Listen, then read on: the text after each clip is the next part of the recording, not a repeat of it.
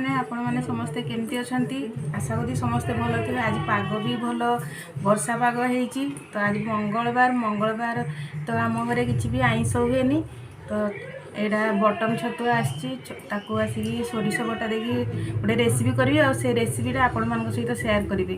चलतु देखिए केमती कौन करुच्ची आपण मान सहित आपण मैंने देखु। एवं छतु गुड़ा को नहीं आसी पानी रे धुची धुई सारा पर काटिकी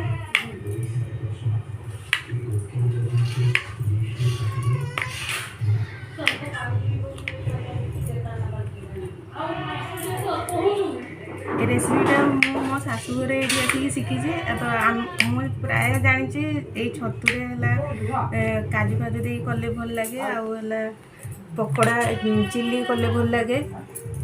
तो यहाँ गोटे नुआ रेसिपी सोरिष बटा देकी कराऊँगी।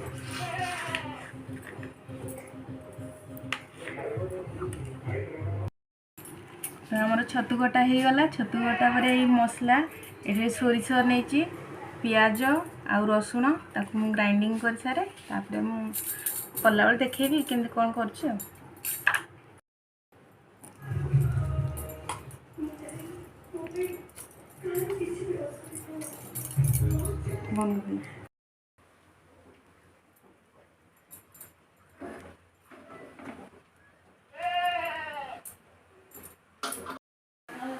कड़े तो कड़े गरम हो गलानी एवं मुझे तेल पकेबी।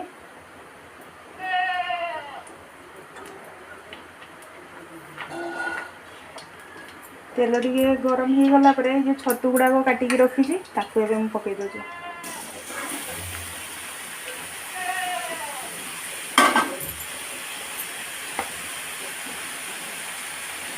दे लुण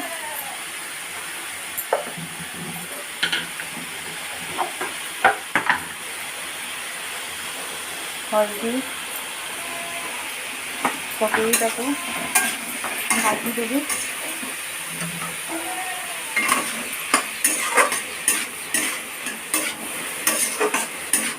भाजला पानी टी बाहर से पानीटा मरीगला भाजी अलग जगह गोटे काढ़ी पानी भी बाहर देखो। तो ये छतुरु आसिकी पानी बाहरी गला पानी बाहर की तेल पानी सुखी आसला पानी सुखी तेल बाहर की होगला सोरिष बटा देकी करेंगे।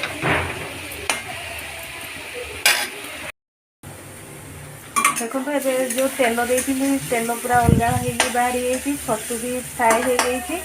ये जो मसला तैयारी करी आदि लंका किसी ना लंका गुंड और जीरा गुंड हल्दी गुंड पकई मुझे पकईदेवी।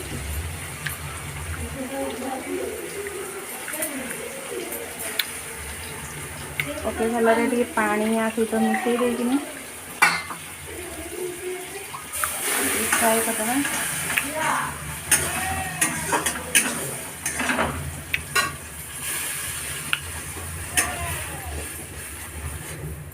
पानी मिसई कि समय फुटापी छाड़देवा। हे आसला अल्प टे पानी मरीगले आमर छतु सोरिष बटा तरकारी रेडी हो। आपको आपण मैंने घरे निजे घरे तैयारी करी टेस्ट करी खाई देखूँ केमती लगुच। मत बहुत भल लगे तो मुझे आपण मान सहित ये रेसिपीटा सेयार करछि। देखो तो आमर छतु हो गला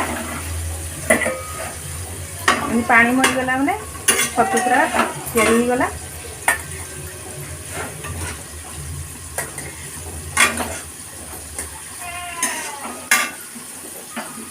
ये छतु को आपण मैंने थे घरे करी टेस्ट करी कहे केमती लगे कमेंट में मत जनइबे। जदि रेसिपीटी भल लगी तो निहाती मत कमेंट करी कहे लाइक करिए मो वीडियो को सब्सक्राइब करेंगे। जय जगन्नाथ।